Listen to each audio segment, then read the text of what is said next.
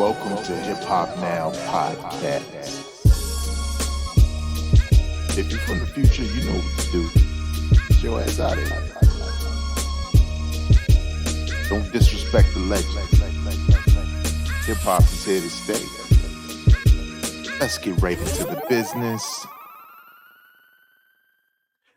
What up, y'all? I am your host, Vegas, and this is Hip Hop Now Podcast, a podcast specifically designed years ago to keep you caught up on all things hip hop, music, and culture throughout the week. Big shout out to the supporters over at patreon.com/hiphopnow. If you would like to learn more, the link is in the description of this episode. We are currently on the road to 500 subscribers on YouTube. Shout out to the audio listeners who've been listening for years. You know, we probably well past that, but sometimes I don't check the stats. I'm sorry. I apologize. But for those who like a video to go with the audio, you know, maybe you run it in the background. Maybe you want to see my face when I say certain things. Become a subscriber to this podcast because honestly, I'm going to keep it 100 with y'all. I looked at the analytics, the data for this podcast on YouTube, and it's growing. It's growing slowly but surely, and it's organic. I ain't purchasing any looks or anything like that. Maybe I need to do it one time, you know, get a little boost, but I have it. So organically, we've gone from somewhere from 100 subscribers to 400, around 460. We're trying to get to 500 subscribers, and then obviously eventually the big 1,000.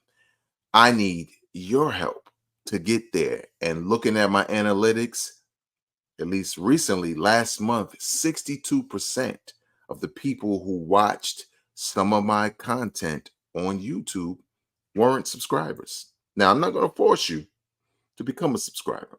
I will just say this. If you like what you see and hear, if you keep coming back for more, or at least interested, maybe not watch every video, but you just want to check in and see what he's talking about. Become a subscriber. All it does is just keep you locked in, keeps the content in front of you as you navigate YouTube. And if you feel like you know people, whether they're on your timeline, in your family, at work, or whatever, who are hip hop heads that would enjoy news and perspectives of the hip hop kind, share it with them. That's the best thing. That's the best way you could help. So I appreciate everybody who has subscribed. I appreciate everybody who was watching this podcast now. I hope you stick around. Bars. Big shout out to hiphopdx.com, where I get a lot of my news stories from. Also, allhiphop.com and Ambrosia for Heads. Let's get right into the business, though. So check this out, y'all. Check this out. Conway the Machine. I know the list. I know. Conway the Machine recently listed his top 5 MCs, and his scale, which is important, his scale is based off who he thinks has the nicest pen game, right? Now, for those of you who are interested in hip hop and pulling up to this podcast, first of all, welcome. Those of you who are new and maybe you don't get all the lingo, but you like it. You like hip hop.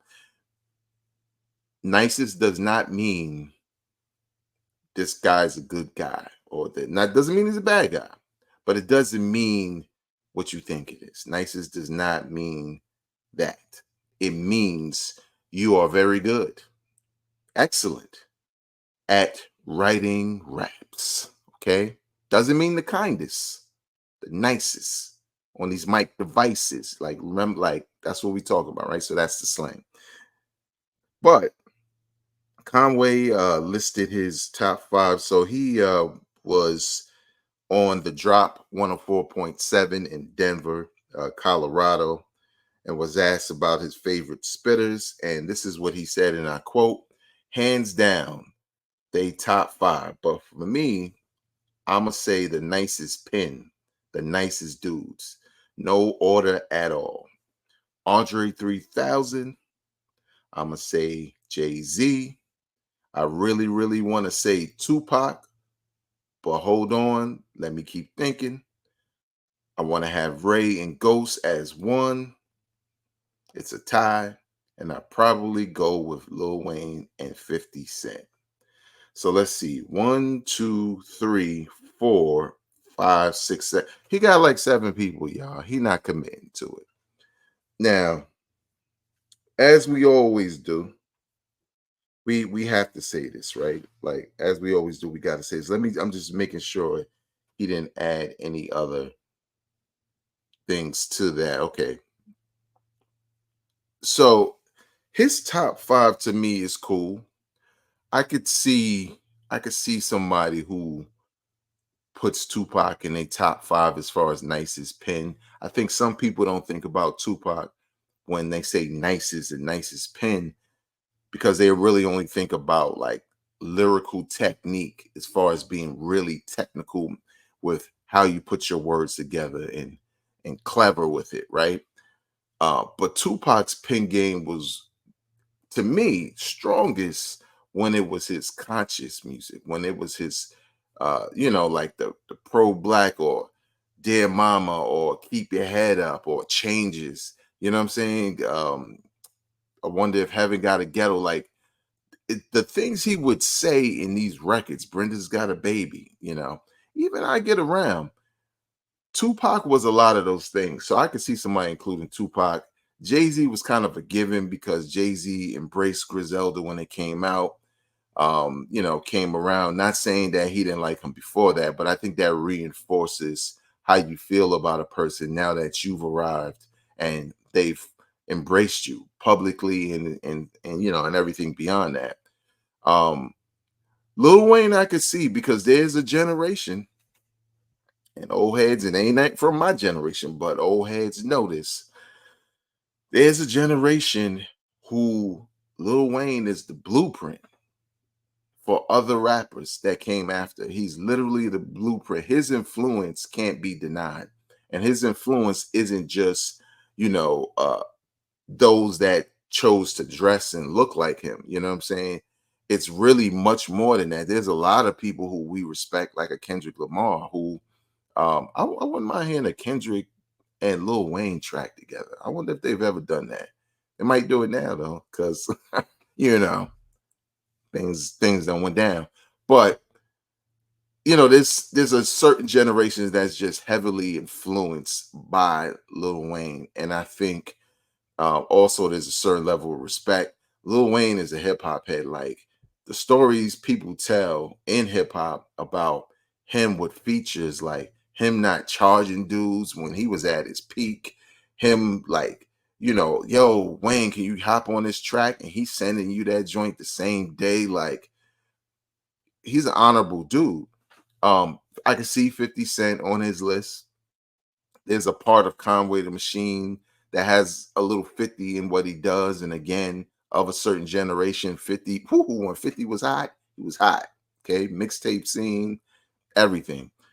Who else he named? Rain Ghost. I could see that as well. Um, so I think generally in Andre Three Stacks, I think like when people argue for or against Andre 3000, I think it's tough for people to explain why they like him and why they don't like him. And I think it's pretty simple.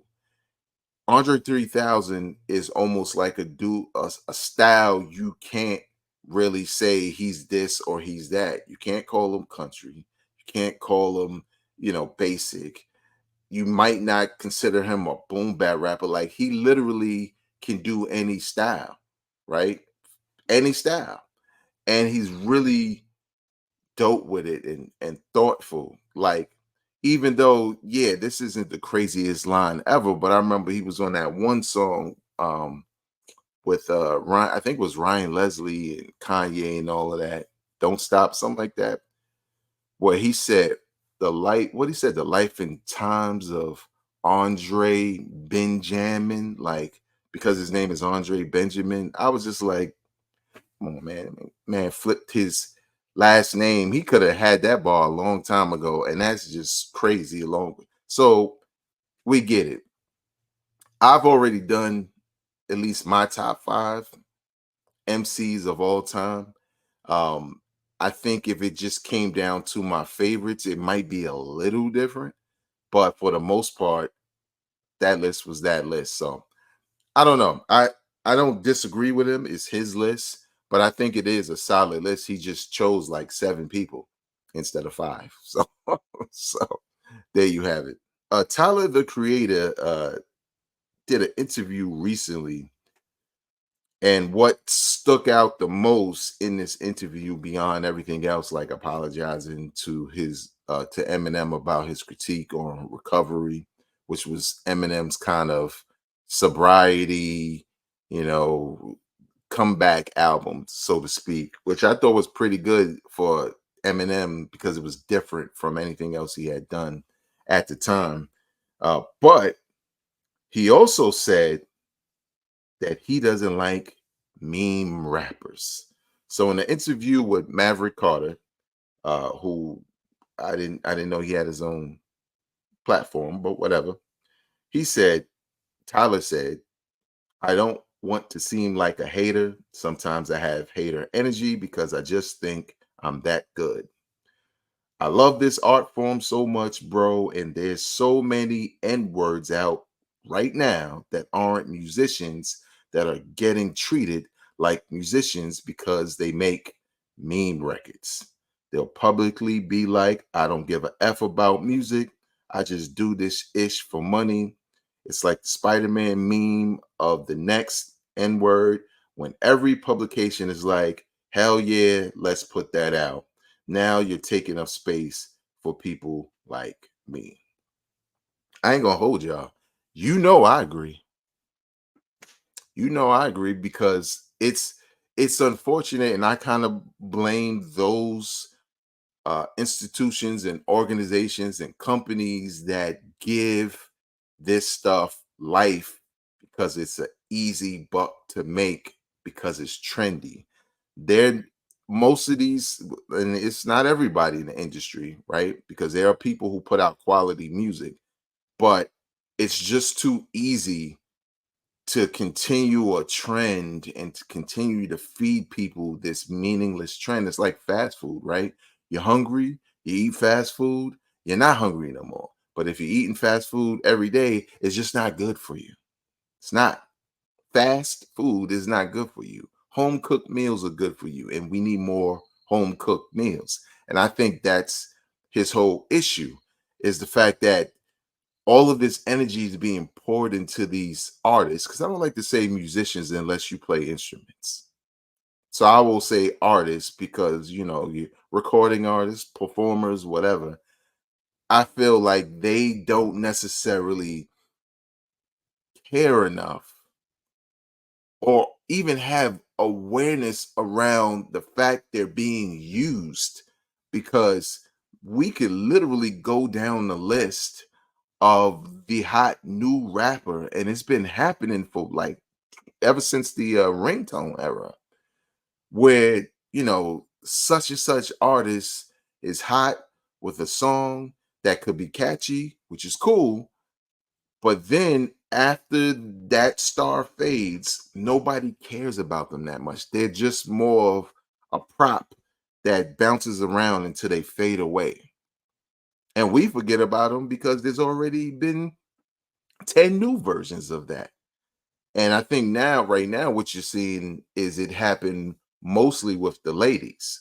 Right now, it's kind of the ladies' turn. For a long time, it was the dudes, but now you keep getting these female rappers every 5 minutes who have the same rhetoric, have the same look, move the same way, talk the same way, talk about the same things over and over again until that group of people who like that music or who like that artist feel like they're not really doing much, which is interesting, right?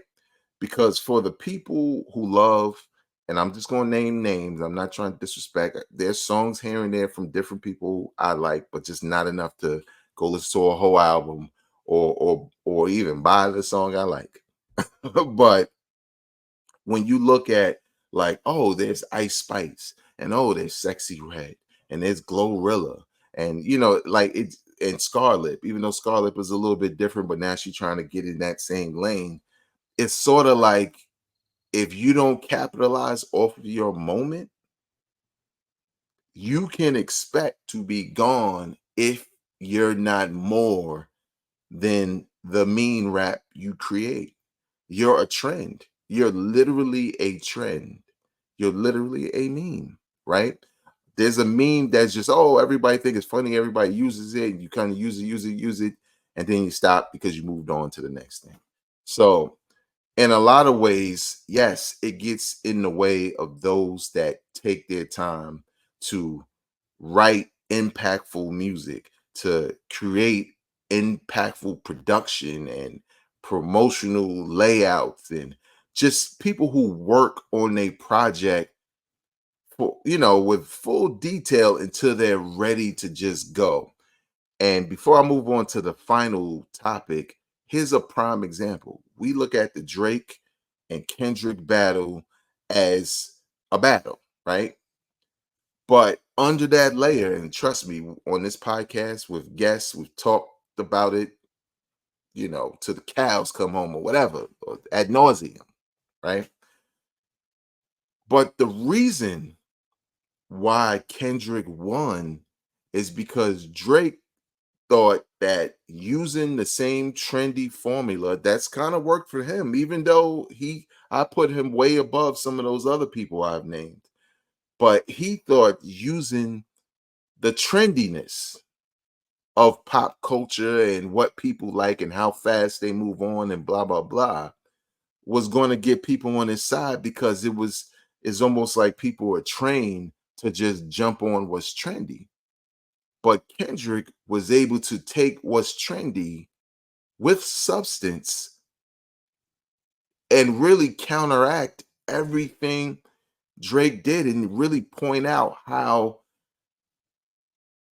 like, bankrupt of, like the substance of what Drake was saying and making felt bankrupt in comparison to somebody who gave you, what was it, four different disc records. None of them sound the same. All of them contain a certain vibe, from boom bap to West Coast bop to straight up bars to straight to, trap beats and all. Like, he gave you all those looks and layered his lyrics, and all of this was all in like record time. This wasn't, oh, it took 2 years, or he must have been sitting on those records. You don't rebuttal like that without sitting on those records. Just know this. You know how he did it? Because he's Batman. Where he at now? He's Batman. Just pops out, destroys this dude. So that's the thing I'm saying with this. It's like Drake's probably the fatal move for somebody like Drake in this battle was the fact that he thought he can do the same trendy things that had been working for him for years with his singles and stuff like that. And then that wave was just going to say, yo, Drake's winning because he's making what's hot. And Kendrick said, I'm going to make what's hot, and I'm going to make everything else, and I'm going to get everything and everybody on my side. Whereas the trendy meme rap, hey, look at this, y'all. Hey, look at the people, whether you like that stuff, you like half of those rappers or all of those rappers I named or not, know quality when they hear it and when they see it. It's just a matter of whether they're willing to accept it. And once they accept it, it makes it tough for those who, are used to reading the instructions on the cake box instead of making a cake from scratch. Does that make sense? And lastly, Power 105 interviewed Sauce Walker this week. If you're from the future, I mean, something already happened. Get your ass out of here. You already know, man. It's not even for you. But Sauce Walker was on Power 105's Breakfast Club, and he specifically talked about Drake and becoming a resident of Houston, right? Recently, I saw online, I think it was Double XL posted Drake's ID as a Houston resident now, which was interesting for a number of reasons, but we're not going to get into those other things. But Sauce Walker spoke on it, and him and Drake have kind of had their thing back in the past. He actually made a diss record about Drake that I don't think I even heard of it. I remember seeing the cover, but I don't think I ever heard of it. It's a play on back to back. I think it was called Whack to Whack or something like that. So there's a history. Now, supposedly that was all water under the bridge. And in his interview, he basically was saying, like, yo, it's funny how this dude is becoming a resident of this town, and he's always claimed this town, like, as an influence and da da da. But he's never really done music with a lot of the artists from Houston like he did with Atlanta, right? And we know how that went. Just go see the Like That record. But you ain't like that record? Not that record. Not like us. But he was coming more so from the standpoint, because I'm pretty sure people can point out, oh, well, he worked with, Beyonce. He worked with such and such who's from Texas. But the point he was making was those are like even exchanges, right? Like if Drake does music with Travis Scott, who I think he mentioned, who I didn't even know he was from there, but maybe he is. I don't know. You let me know in the comment section. But he was saying that Travis is a big artist, right? So him and Drake teaming up is more like an even exchange, as opposed to Drake working with hot artists who are up and coming, who in some cases may not be that well known outside of Texas. That was his point, because he did that numerous times with Atlanta artists. I agree, but I think Sauce Walker should just wait, because considering now Drake is a resident, and we know Rap a Lot Records is close by, and so we know why you there, fam. Safe haven. Um, I could see him really like trying not to appear like a vulture, but working like, yo, who's hot, And Sauce Walker is one of those dudes who's hot down there. Is it the biggest deal in the world? I don't think so. I like I could see where Sauce Walker's coming from, but I guess I don't like the fact that he's pointing that out, right? Because not because Drake doesn't do it or that he's not right, but just the simple fact that it comes across like if Drake did that with you, would you say it? That's what I feel. Would you say it? If he was like, yo, I'm gonna embrace Sauce Walker, because I think the thing is Kendrick, a dude from Compton, pointed out what Drake was doing, pointed out publicly what Drake was doing with Atlanta, right? Nobody from Atlanta did. Drake did. Now, Kendrick did. Now, again, I'm talking about someone with a voice that when he says it, everybody can hear it. So there probably are people who felt that way in ATL, but everybody was working with him. So it didn't mean anything.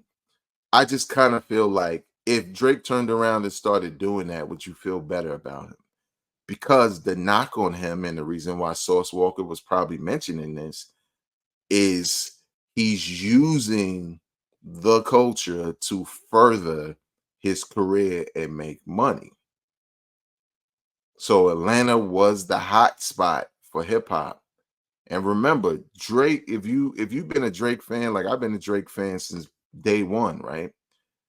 There's two different versions of Drake. There's the Drake from the early days who sound a certain way on tracks, sung on records. And then there's the other one who started hopping on waves and culture and trying to make his own version of that. Um, and when you look at him before any of the fame, before Cash Money and Young Money and all of that, you could tell he was a dude that wasn't that connected to the culture. He probably liked it, but he's not the dude that he portrays himself to be today. He kind of became that over time, especially through affiliation with certain artists, including Rick Ross and stuff like that. So it's kind of sad in some ways because honestly, this Drake is going to take a hit from this. Everything he's been doing is not being looked upon as positive or comeback. Even the music, like, yeah, sure, there's some people here and there who like it, but Drake has to do something different. I know you don't want to go away. I know you don't want to feel like you lost, man, but you have to sit down for a second because if you're doing more damage, you keep thinking you can do that and I could go in here and I'm in Houston, y'all, and all of that, and it just makes Kendrick's lyrics come to life every time. You, soon as you hear the music, you're like, yeah, this new song is to pacify me. What Kendrick made was to electrify us. You hear the difference, and you hear how meme rapper it can sound, where it's like, yeah, I don't know if I like this kind of stuff anymore from Drake. But I'll say this, and this will be the last thing I'll say. I think if Drake digs back into what he used to be, everything could be cool. Because I know there's history like, oh, that was my song and that was whatever. That Drake was just dope and it didn't matter where he was from. Right? Like it was Canada, but he was making a dope record. Now, trying to hop on everybody wave and sound like them, and you got a million ghostwriters and the simplest songs you didn't even write, like it's just looking bad. And I don't want to talk about it every day or every week, but I thought what Sauce Walker had to say was interesting, considering it's kind of what a lot of us were thinking when we saw the residency in Texas. Like, wow, I wonder what brought this, what brought this on. So there you have it. What do you think about Drake and being a resident of Houston, using Houston as a launching pad, Houston, Atlanta, Vegas, anybody, but never really embracing the up and coming artists from that town in the way he did Atlanta? What do you think about Conway's top 5? Nicest pen? My nicest pen would be very different from his, even though, Hov would be there. What do you think about that and everything else you saw in this podcast? Leave your comments in the comment section below. I read the comments, I respond to comments, and more importantly, subscribe. Because 62% of the people who watch these podcasts, which I'm not complaining, aren't subscribers. So become a subscriber today. Listen on the audio version of this podcast, which is available on Apple Podcasts and Spotify and everywhere else you get your podcast. And follow me on social media. The tag is the same. Biggest World INC. Doesn't matter if it's Instagram, Threads, Spill, Twitter. We don't say X. We don't, okay? It's Vegas World INC. And also, if you like hip-hop music, well, I've been rapping off and on for like 30 years now, and I have a new project called Bed-Stuy Vintage, the album. Check that out also. The link is in the description. Until next time, y'all, I'm not a critic. I'm a fan. Peace.